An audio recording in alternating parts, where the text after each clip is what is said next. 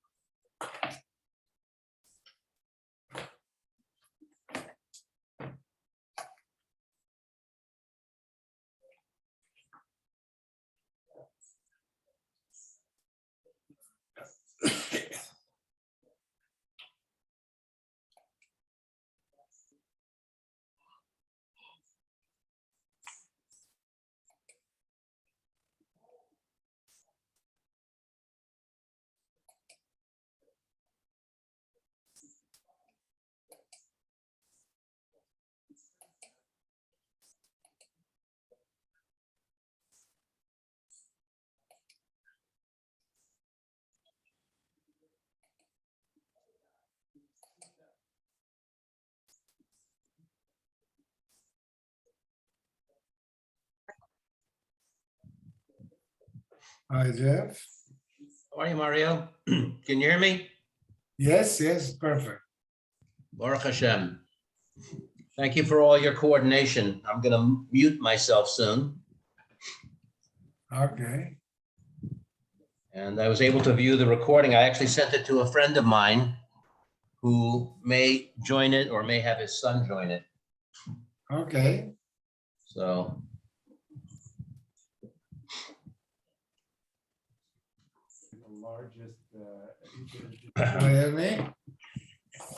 Okay. Good evening, everybody. We have a nice crowd here in my home. And I see some people on Zoom as well. There's Norm and Jeff and Mario. Okay. 207. We're on page 215. What? Yeah, we finished the Baruch Shem Kavod and women in Baruch Shem. We finished that. And Oh, we're starting the study of Erva and Kriyat Shema, page 215. okay. In the last 3 shiurim, we've studied some of the fundamental halachos of Kriyat Shema. In this year, we'll focus on issues of maintaining the proper holiness necessary to recite Shema and other parts of Tefillah properly. Much of this discussion of the Gemara and Poskim relates to the halacha category of erva, or nakedness, which will be explained in more detail. Hi, Chaim. We're on page 215. Due to its holiness, Chazal insisted that a person must not. Hello, Walter. We're on page 215. Hello, Yaakov. Hi there. Page 215. Hello.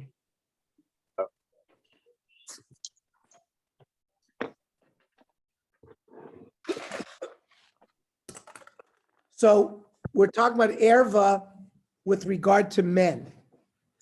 Due to its holiness, Chazal insists that a person must not be exposed to certain items or conditions which do not befit the proper context for reciting Kriyat Shema.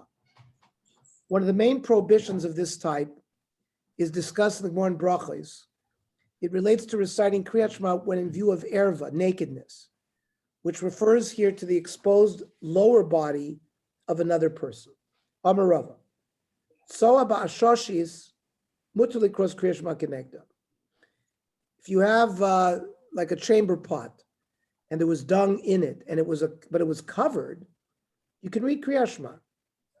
The tzoa b'kisui talyamis. Regarding tzoa, if there's a covering, then you can read Kriyat Shema. V'hamichse. And this pot that's covered has the criteria that it's covered. Erva b'ashosh is also the cross Kriyat Shema kenegda. But if there's an erva, which is covered by some kind of covering, you can't read Kriyat Shema because lo yera b'chai vastavar rachman kamit chazeh. If the erva can be seen, even if it's covered by some kind of covering, in some way the erva is open. According to Rava, a person standing opposite erva, exposed anatomy of someone's lower body, may not recite Kriyat Shema, even when covered by a transparent surface, since the Torah refers specifically to not seeing erva. So the ashoshis must be like a glass-like covering. So it's covered, but you can see it. So regarding tzoa, it doesn't make a difference if you can see it. As long as it's covered, you can read Kriyat Shema. But regarding erva, since you can see through glass and you're seeing the nakedness, that prevents you from reciting Kriyat Shema. And the Rambam brings this down halacha in the Yad HaChazaka, Hilchos Kriyat Shema. Kashem shasur likros keneged tzoa, u'meimei raglayim hachiyachi, daled amas. Right, the din is, if there's tzoa or urine within 4 amas of you, you got to separate yourself at least daled amas from those things before you read. Kachaso likros keneged ha'erva hachiyazir panav. If there's an erva, you got to turn your face away from the erva. It doesn't make a difference who the source of the erva is. I feel a goy or cotton, lo yikra keneged ervasan. You can't read Kriyat Shema looking at their nakedness. Even if there was a glass covering, some kind of transparent covering, that's not good enough. If you can see the erva, if you got to turn your face away from the erva before you read Kriyat Shema. So these passages from the Gemara and the Rambam refer to the erva of another person. Nevertheless, halacha does not differentiate between reciting Shema inside of one's own exposed body or someone else's. And you may not recite Shema if a person's own erva is exposed. However, the Gemara in Brachos cites a machlokes tanoim as to whether it is permitted to recite Shema when one's erva is covered, it cannot be seen, but there's nothing separating between your lower body and upper body. This is referred to in halachic terminology as libo roes ha'erva. Your heart sees the erva, like let's say you're lying in bed without any clothes on and there's a sheet right up to your neck. Well, you can't see your erva, but the erva can see your heart, right? You're not wearing any garment that's separating between your heart and the erva. And that's the Gemara is quoting that case. He's not wearing any clothes. He's covered with, let's say, a sheet. And his head is also underneath the sheet in this example, because it's cold.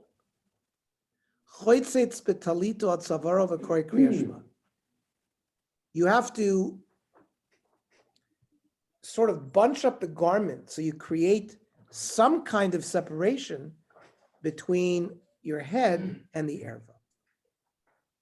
The Yeshamim alibo. You got to put it on your heart. The Tanakama are libo rosa erva. Now the Tanakama, if you're only putting a garment on your neck, so then basically the heart and the erva are in the same plane. So how can you read libo rosa erva? Ksovar libo rosa erva mutter, because that Tana holds that there's no problem as long as there's some separating garment between your head and then your heart and your erva, even though the heart and erva are seeing each other, the Tanakama holds it's not a problem. According to Tanakama, no separation is required between one's lower body and upper body.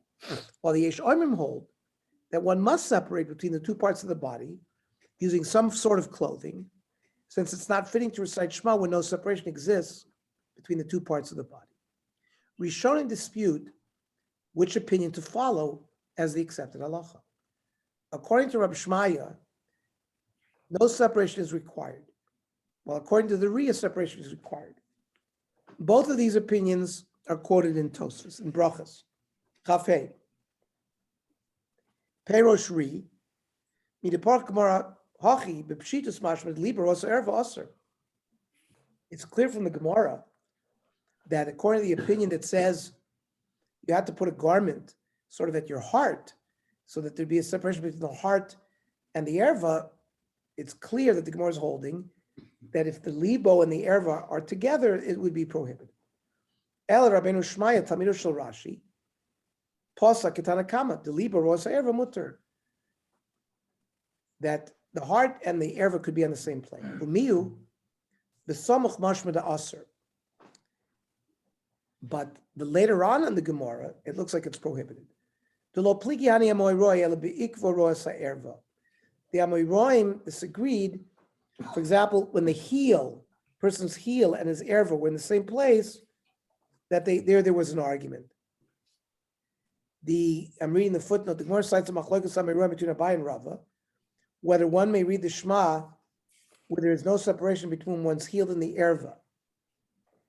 The inference of the Tosfos from this source is that the Amoyroim only disagree concerning the case of the heel, but they would agree that one may not recite Shema in the case of libo roes ha'erva, and thus that's the accepted halacha, right?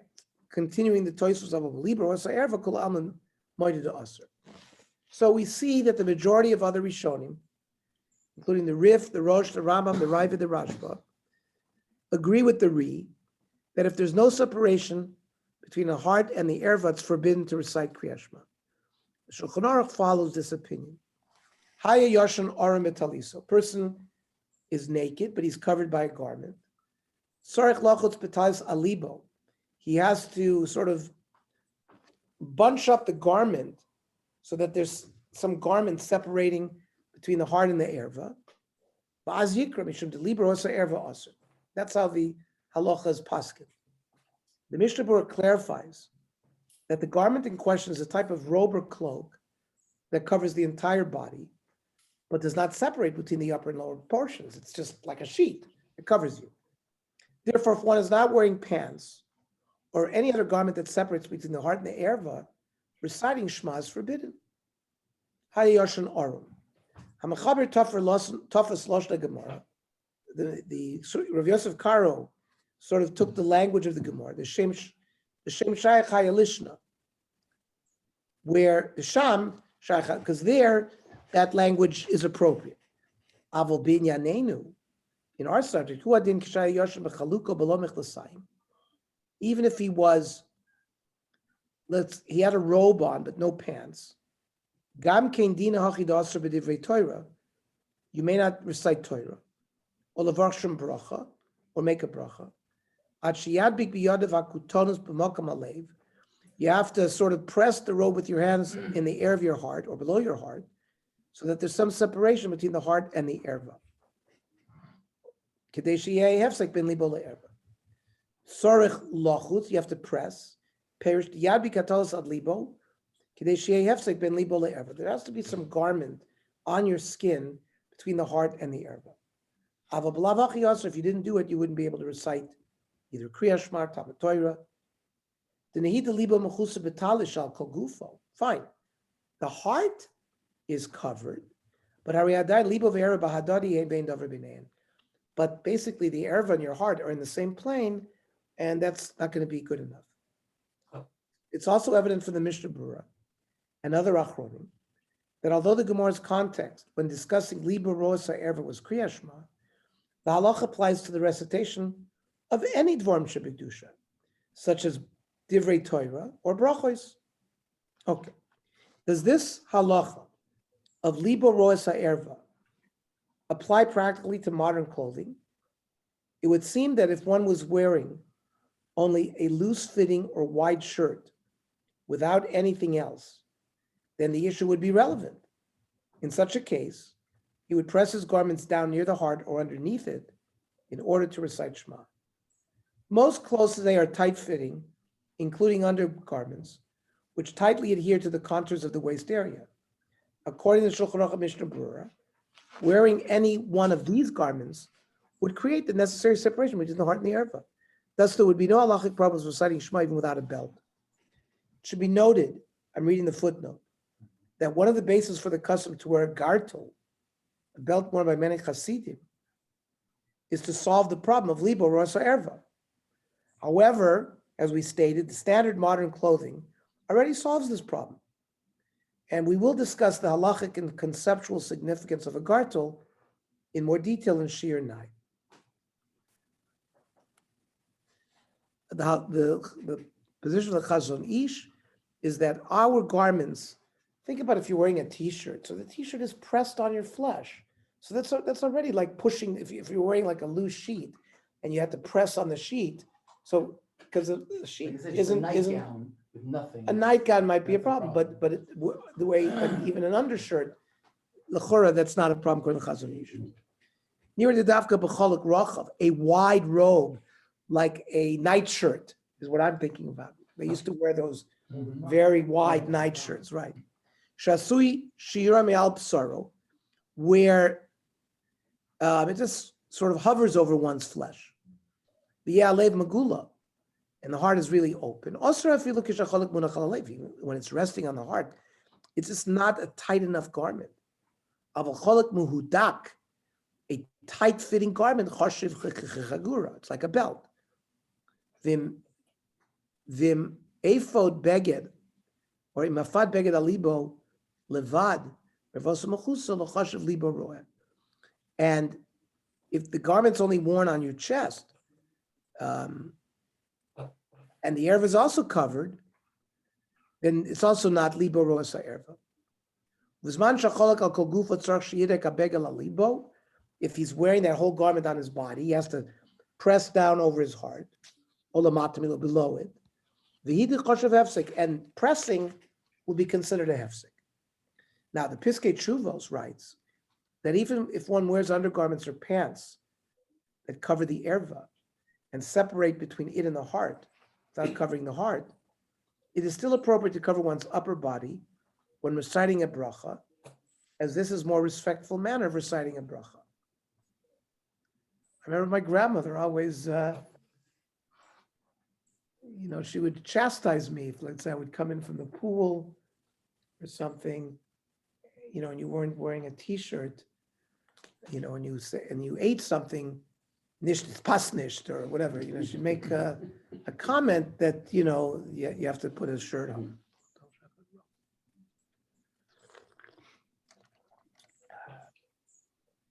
If the erva area is covered in pants, that covers his mokum erva well.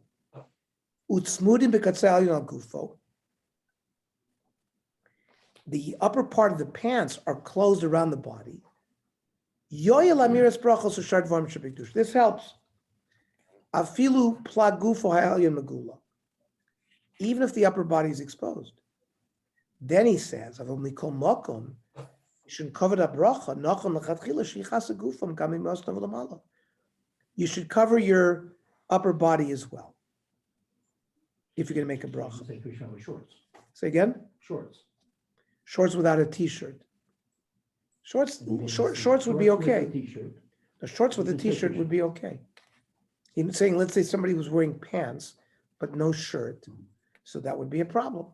He says it's not a problem, mikra adin. He says, afilu plaguf aliyim megul mikra adin. But mishum kavod bracha, nochal lechatchila shichas hagufu kami mostav l'mal b'kisu yogad mechubad. That you have to cover your upper body. The koshken l'kriyat shema, u'letfila shmona esrei. Chayiv midina lislabish kahoigin. Midin, you have to dress appropriately. I was always taught by my Rebbeim, think about if you were going to go to meet the President of the United States, right? And so that's, you wouldn't dress that way. You wouldn't dress that way. But when you learn Torah, you should dress appropriately. Okay? These rulings would generally have little relevance for tefillah in shul. As one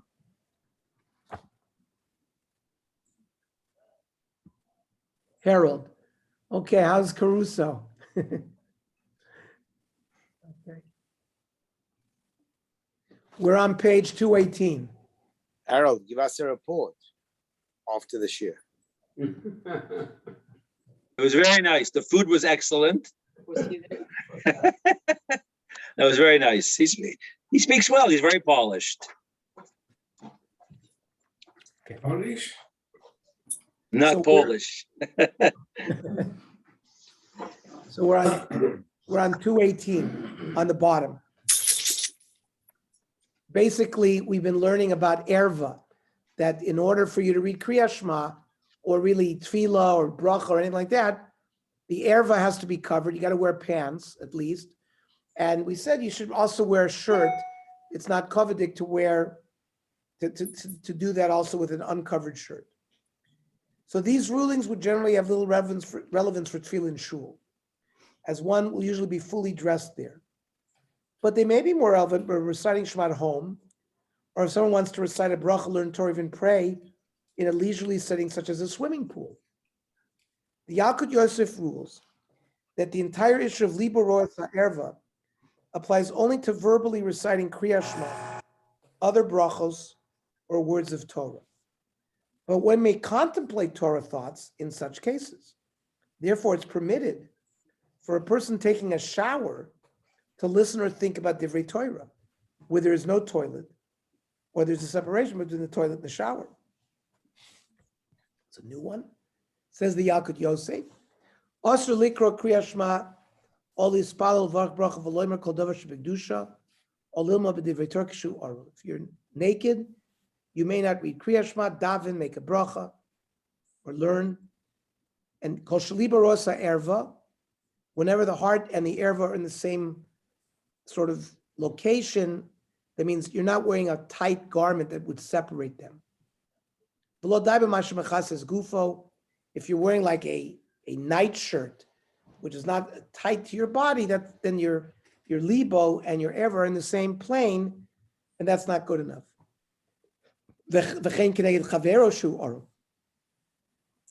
Certainly, if you're standing in front of a friend who's not wearing any clothes, you'd be forbidden to recite these Dvorim Shebekdusha. Mishum shenemar v'lo yir'eh b'cha ervas davar. Ulam kol zeh ba'ofen shumotzi b'svasav. This is when you're going to recite with your lips, and you're going to hear. It's going to be enunciated with your lips. Avalim rak mahar her b'divrei Torah. Let's say you're thinking about Torah, mutter. Shedarshu chazal davar loshen dibur. Dibur asur, hear hor mutter. Only speaking with your lips, but thinking about it would be permitted. Lefichach amisrachetz be'ambatya pratit. Somebody's bathing in a private bathtub. Mutter lo lachnis tape. He can listen to tapes. Lishma divrei kedusha. Avabishu oimed armim misrachetz. Even though he could listen to a Torah tape when he's taking a shower. The hearer lav kedibur dami. Thinking about Torah is not like speaking it. As long as there's no toilet there.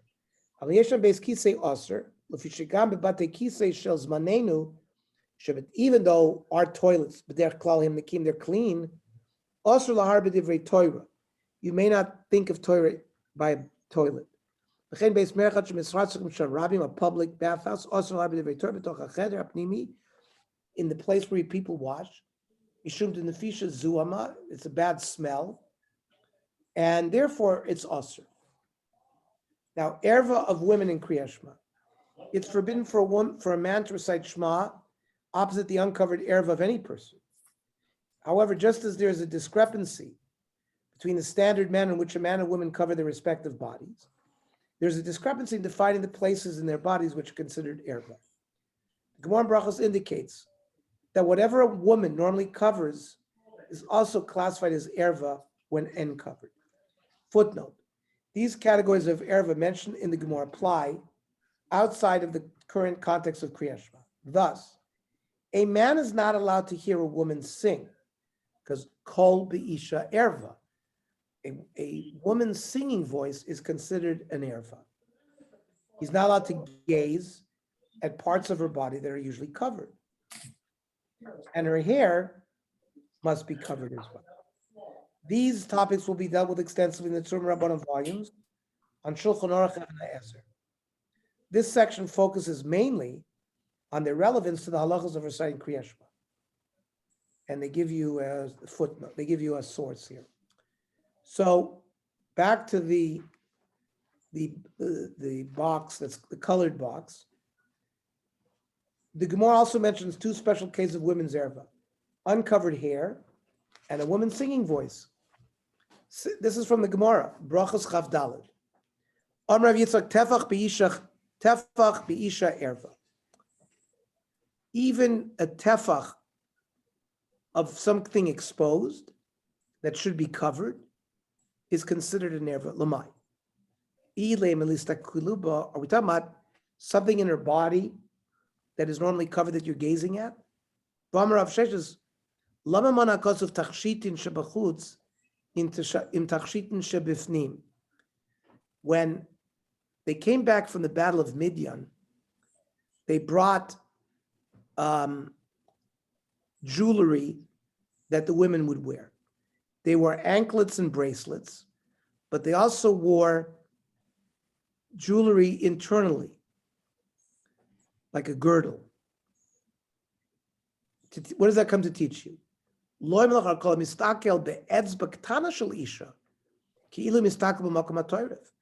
Staring even at a pinky of a woman is like looking at the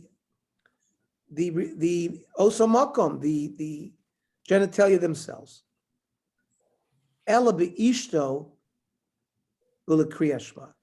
What we're talking about is a tefach of his wife. By any other erva, it's even an etzba ktana. It's no amount.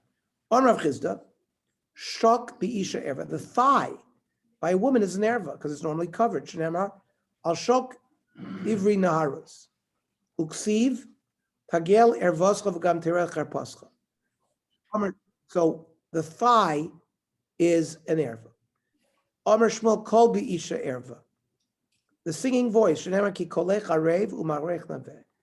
Omer Rav Sheshes seyar be'isha erva. The hair is an erva. Shneimar sa'arecha ke'eder ha'izim. That's a pasuk in Shir Shir. The Shulchan Aruch rules stating that when a man is opposite a woman who is exposed in some way in which she's normally covered, including her hair, he's not allowed to recite Kriyat Shema. In addition, he may not recite Shema while listening to a woman sing. Tefach magula be'isha, if there's a tefach that's exposed, b'mokum shedarko l'chasoso, where normally it's covered, afilu hi ishto, even if it's his wife, also likros Kriyat Shema kinegda. Seyar shalisha shedarko l'chasoso, if the woman normally covers her hair, also likros kinegda, you can't read Kriyat Shema against uncovered hair. Says the Ramah afilu ishto. Aval besulo shedarko lelech pruasarosh, young girls that are not married, who don't cover their hair, mutter. You can read Kriyat Shema opposite if there are young girls that have uncovered hair. Says the Ramah, v'hu adin asar shel noshim. It applies to women's hair. Shorgilin lotzeis michutz litzamson, that is sticking out outside of their hair covering garment. In earlier times, the Mishnah explains, many women wore a garment known as a tzemet on their head, in addition to the regular hair covering. This tzemet would prevent most of the hair from protruding from the hair covering. But the hairs that are impossible to keep covered do not pose a problem, according to the Rambam. The kol shekain seyar nochris afilu darka l'chasos.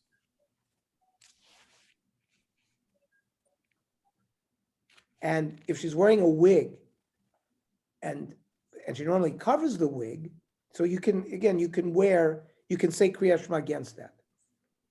Yesh li zar mishmias kol zemer isha b'shas Kriyat Shema. You should not recite Kriyat Shema when you're listening to a woman sing.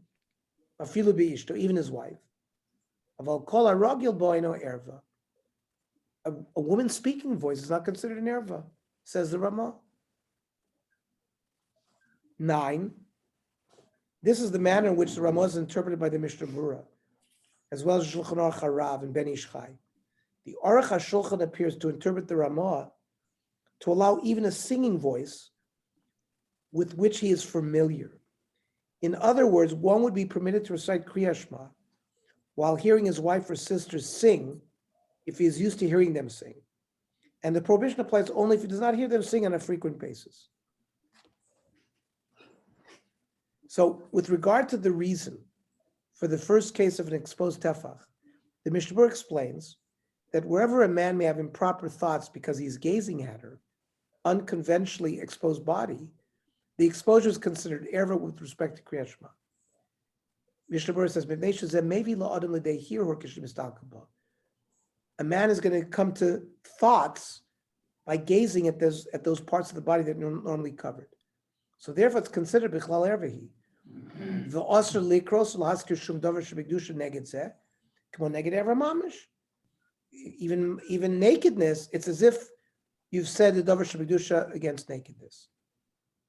Now, is it permitted to recite Kriyat Shema opposite a woman who is more exposed than usual if one closes his eyes and does not look?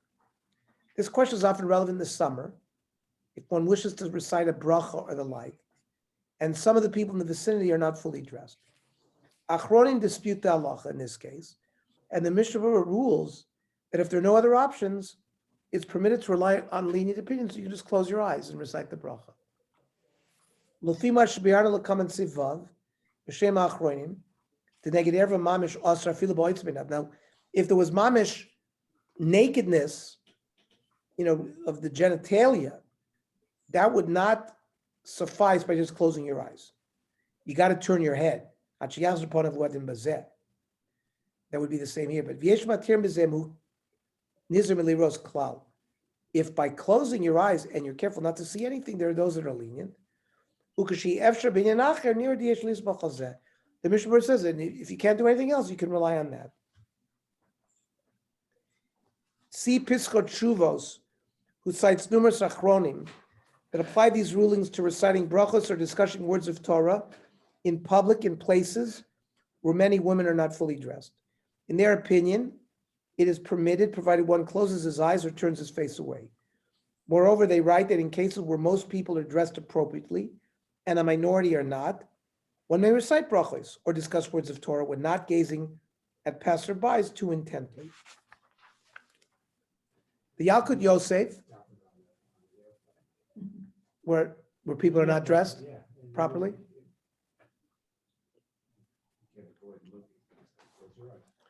The Yalkut Yosef is more lenient, permits closing one's eyes and reciting Kriyat Shema in all cases. Nashim shaloivshes big day pritzos, women that are wearing immodest clothing. Mutter likro Kriyat Shema levarach kenegdanim hu oitzim einav. You can say Kriyat Shema if you close your eyes. Or kor mitoch hasefer, you don't look at them, you look in the book. Or shemaser part of the tzaracha, or you turn your face away. Ki afilu l'dasa oitzim likro Kriyat Shema neged erva. Those who are aser, those who prohibit to read Kriyat Shema with an erva present, even when you close your eyes, zehu dafka be'erva mamish. That's real genitalia, the naked genitalia. Shehi aser min haTorah. Aval neged tefach be'isha erva. But for example, a tefach of her hair is shown, or tefach of her elbow. Right? We're talking about when we say tefach be'isha erva. We're saying, let's say if you're supposed to cover up to the elbow, up to the wrist, whatever the shita is, and then you expose a tefach of what's supposed to be covered. So that's what he's talking about. So the tefach b'isha erva became seyar b'isha erva, which are only midrabanan. It's only midaraisa that the nakedness of the genitalia is what we're talking about erva. But the exposing a tefach of an area of a woman's body that's normally clothed, like her thigh, or part of her arm, or part of the hair, that's only rabbinic. So shapir dami lahakal batzim hasenaim. So Yalkut Yosef rules that closing your eyes is enough. The Kol Sheken L'Didon, for us, certainly, Shanu Hochim Tamid Achar Hayrois Moran, meaning the Sfardim, who always pass like the Shulchan Aruch, who pasuk b'Shulchan Aruch lahatir b'zeh. He completely permitted that. V'chein iskimu harbe achorim l'das Moran, v'tov yoter levarach mitoch hasiddur. He says the best thing is just look in the siddur when you're making the bracha. The Mishnah Berurah discusses the halacha in the b'diavad situation, where one already recited Kriyat Shema, opposite exposed areas that are usually covered. He rules that if one did not intend to gaze, you don't have to recite it again. That means you happen to look, but you had no kavanah to gaze at the erva. Then you wouldn't have to read the Kriyat Shema again. I am prima godim shevi deis linin diavad bezeh im tzorich lachzor v'likros k'mo linin erva gemura. So, for example, if you read Kriyat Shema in front of mamish and erva itself, then you have to read this Kriyat Shema again. But he brings the prima godim, who says that he dealt with the question, you have to go back and read Kriyat Shema again so there is a shita that you do. Nearly the kishalon niskaven listakel lachmer b'diavad lachzor v'likros af isha cheres. You don't have to go back and read the Kriyat Shema, even if it was another woman, not your wife. But if you didn't have kavanah to gaze, you don't have to read it again.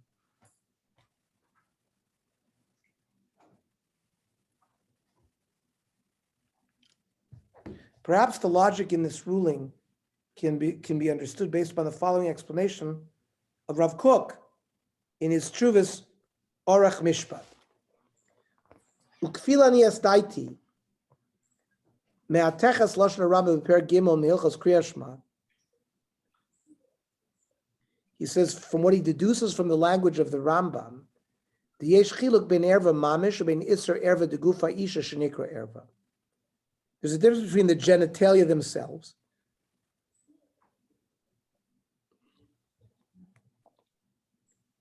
and the areas of the body that were called an erva. The hosam vade ikr taima avim mishum hirhur. In the case of the other parts of a woman's body that have been declared erva, that's the problem is because of thoughts, thinking about it. Aken kosav the keneged erva aser.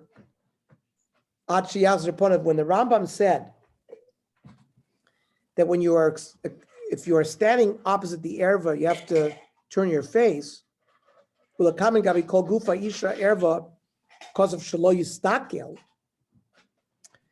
when he talked about this, the thigh and hair, where it says don't look, mashma ha kol she'eino mistakel shaper dami. As long as you're not intently gazing, that would be okay. So, okay, near the Gabi Erva Mamish Lamani Atzinasinai. Says Rav Kook, if the Erva is in front of you, closing your eyes is not good enough. There, the closing your eyes would work. And there's a nice biography of Rav Kook. According to Rav Kook, the Rambam would permit closing one's eyes in the case of an exposed area of a woman, because it removes the potential problem of hirhur. By contrast, with regard to actual erva, the Rambam indicates that only turning one's face away can permit reciting Shema, because the key issue in reciting Shema is that erva, which includes doing so with closed eyes. One can understand the Mishnah Berurah's ruling concerning closed eyes in a similar manner. When one is not intentionally gazing, the subjective problem of hirhur does not exist. Therefore, in that scenario, one fulfills his obligation b'diavad when reciting Shema, opposite an exposed tefach. The Yalkut Yosef presents a number of practical situations that are relevant to this question of tefach b'isha erva, an exposed hand breath having the status of erva.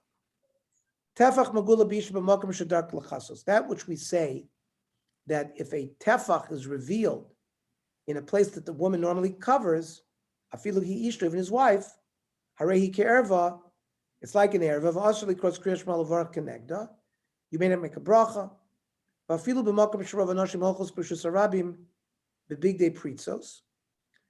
even where there's a lot of women walking in public with immodest clothing, also levarach v'likros Kriya Shema kedei. You may not read Kriya Shema there.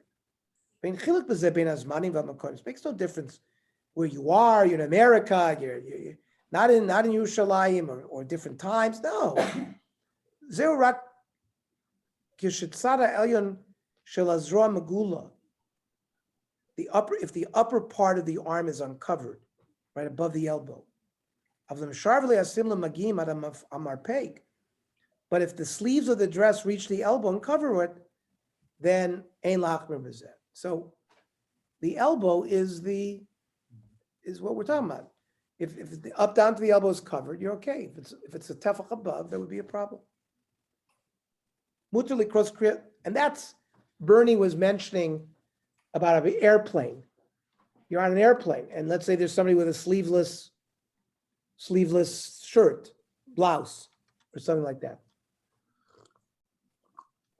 And you're davening on the airplane, so that would be enough kamina for us. We just said that's considered an erva shabaguf. Closing your eyes would suffice, or turning away, or looking at the sitter. It's not like it's usher and you'd have to repeat the Kriya Shema. That would be good enough kamina for us. Mutar likro Kriya Shema levarach neged panev yadeh shel isha sherigilos lios megulos. Listen, our women don't cover their face. They're not wearing a burqa like that Lev Tahor. I mean, there were sects in Israel that tried to do that, and they've been ostracized. So you can recite Kriya Shema opposite the face or hands of a woman. We're talking about women who normally keep them uncovered. I guess, in the 50s, women would wear gloves, right? Their hands were it was a common thing where women might cover their hands. And maybe during those times, the halacha would be different. Today, women don't wear gloves. But you have pictures in the 50s, you went to a movie or you came to a dinner, the women were wearing gloves. Huh? That was fancy dress. So I think, Not necessarily so not all the time. modest. That was considered fancy A dress. lot, huh? a lot. Women were, look, some of the No, but if movies, they went out, it they wasn't would, just your mother went, fancy, if she it was went to just the like- market, she would yeah, wear they put gloves on. something to America. And all men, not just Yidden, wore hats in the 50s. Correct. Everybody. But there are pictures like at baseball games. See all the men in hats, hats and ties. Like they went to ball games, like in a suit and tie and a hat. Have you ever heard the version of Take Me Out to the Ball Game in Yiddish? No. I'll send it to you. It's very good. Okay. So, aval imistakel bo bekavana le'anus miyofi asur. Now, if there's a beautiful woman and you're staring at her, and it's clear you're staring at her because of her beauty, so that's a problem. That you would not be able to read Kriya Shema. Shafilu below Kriya Shema asur listakel. Afilu be'ezer ketana shalisha. It's prohibited to stare at a woman for her beauty, even to look at even her little finger. If the kavana is to derive pleasure from that, it means somebody's looking at somebody, but there's no kavana to gaze at them. That's not what we're talking about. You're not staring at a woman for pleasure reasons. You happen to be looking in her direction. Rak bakroy, beria ba'alma, just looking. You'd be allowed to read Kriya Shema even though you're looking at her face. Even though it's not his wife. So the footnote says the practice of most women today is not to cover their hands and face. The Yalkut Yosef's point is that it's subject to local custom. And in locales where the hands and face were normally covered, that was more common in earlier parts of history, they would have had the status of an erva. Tefach Magula Be'isha Shanira Derech HaTelevizia. Also, that means if you see an uncovered part of a body of a woman on television, you can't read Kriya Shema. The halacha is work. It's not necessarily that the person has to be live. It's referring to an image too, because you can't looking at these things, which will make you have hirhur.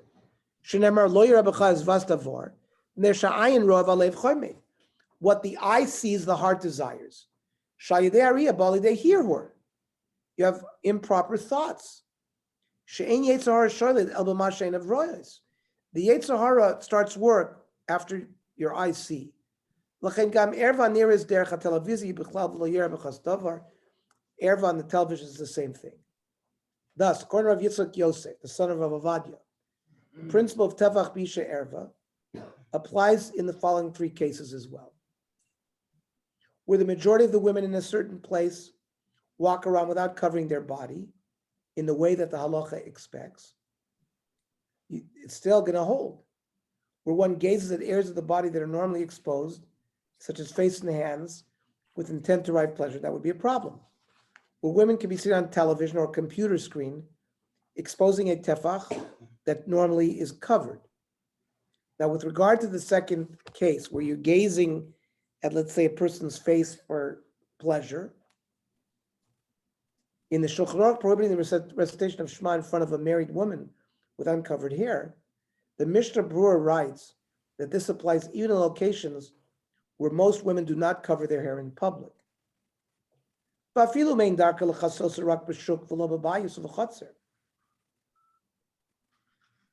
If a woman's practice is to only cover her hair when she's in the market and she doesn't cover it in her house, it would still be considered an erva. You wouldn't be able to read Kriya Shema against her hair. Let's say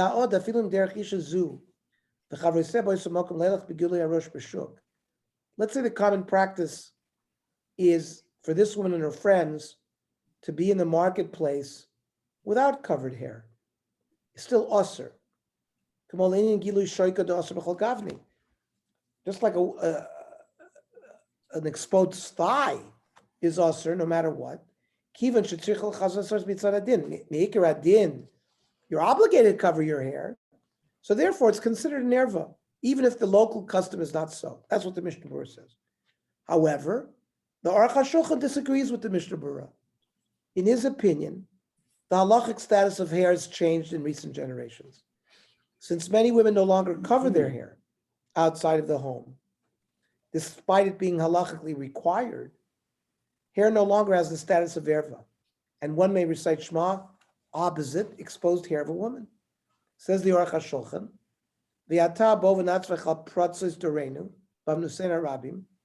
let's scream and yell about the fact that our generation is like poirates together, like breaks down fences. It's already many years. Remember, the Aruch HaShulchan died, I think, 1910. He lived in Poland.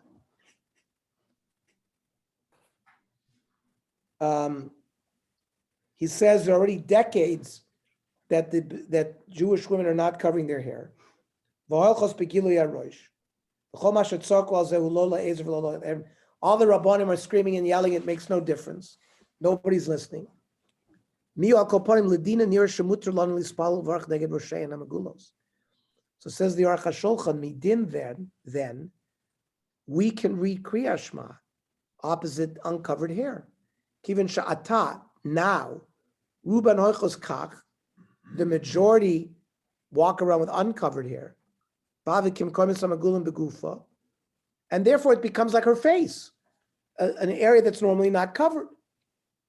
And we said already, you can read Kriya Shema in front of a woman's face, which is not normally covered.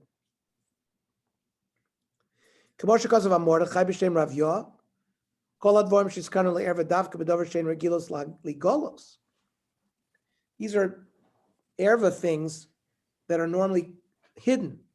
Aval besula, an unmarried girl, harigila begilu yisayar, who walks around with uncovered hair. We're not worried. We read Kriya Shema against their hair. Deleka hear her. There's no hearer. Ad kan l'shoinai. Kivin shetzleinu. Gaman nesuos came. Says the Aruch HaShulchan, since our married women are the same like the unmarried, the mela deleka hearer, so there's no hearer anymore. Harifa Rambam, Yishmitu Lagamri didn't say her, Vikol. Yishum Disfir, the lovely Kriya Shema Itmar. The Rif of the Rambam said that hair and voice, bichlal, doesn't refer to Kriyat Shema. Right, so the Aruch HaShulchan is referring to the Rif of the Rambam, who didn't even include singing voice and hair as being part of that, which is probably another reason why the Aruch HaShulchan is being lenient here, because we have Rishonim like this that are being matir. Modern poskim, so we have a machlokes between the Mishnah Berurah and the Aruch HaShulchan. Modern poskim are divided concerning whether to follow the Mishnah Berurah or Aruch HaShulchan. The Piskei Tshuva cites many achronim that hold it's forbidden even nowadays to recite Shema while facing one's wife or other married women with uncovered hair. Hinei im ki b'kama achronim matzinu sherotzu lahakel b'amiras brachos udvar shebedusha neged saras harosh b'makom shedarken b'kach. He says even though there were achronim, he's referring to the Aruch HaShulchan, who wanted to be lenient. Ulachalik bein zel tefach be'isha she'isur olim tvei, and to make a difference between erva and the other parts of a woman's body that's considered erva.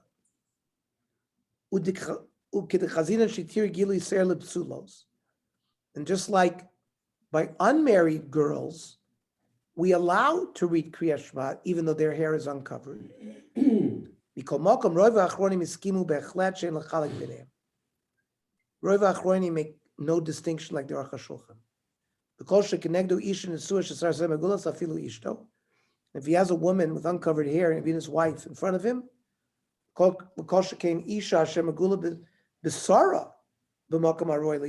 certainly in front of a woman whose skin has to be covered, Beinara bein zakana, whether she's young, whether she's old, mufleges, uke'erva.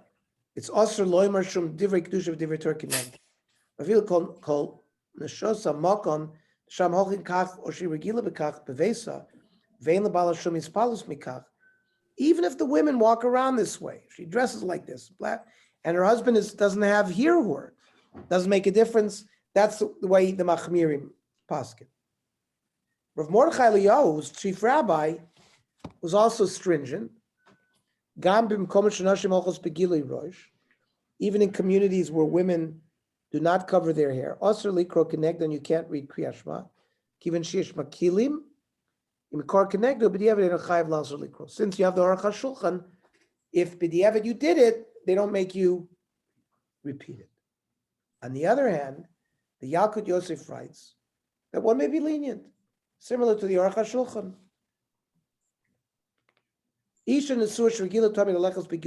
A married woman who walks with uncovered hair,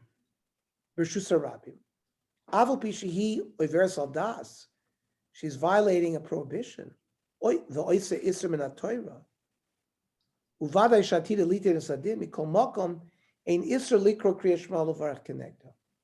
permitted to read Kriyat Shema.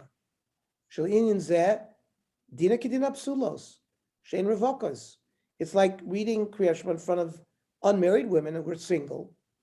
They don't cover their hair. And it's permitted to recite Kriyat Shema in front of single girls. We don't have to worry about hearing her. Rav Moshe, in Igros Moshe, we're also lenient. The Machlokas is important practical ramifications of the case in which one davens at home. In such a case, those that follow the Mishnah Berurah would not be allowed to daven opposite one's wife or other married woman for hairs uncovered, while according to those who follow the Aruch HaShulchan, it would be permitted if many women do not cover their hair publicly in that locale. Okay. I think it's a good place to stop.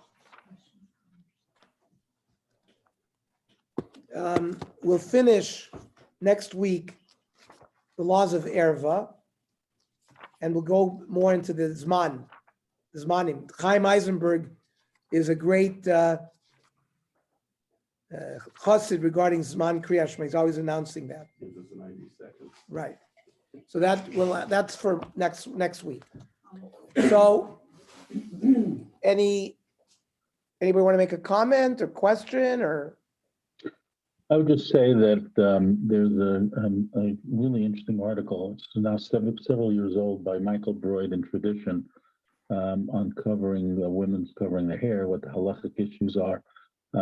Next time, I'll post the link in the chat, but it's sort of everything you ever wanted to know about the halachas of women covering their hair, what the status is, etc. Thank you. Please send us that link. Yeah. That'd be great.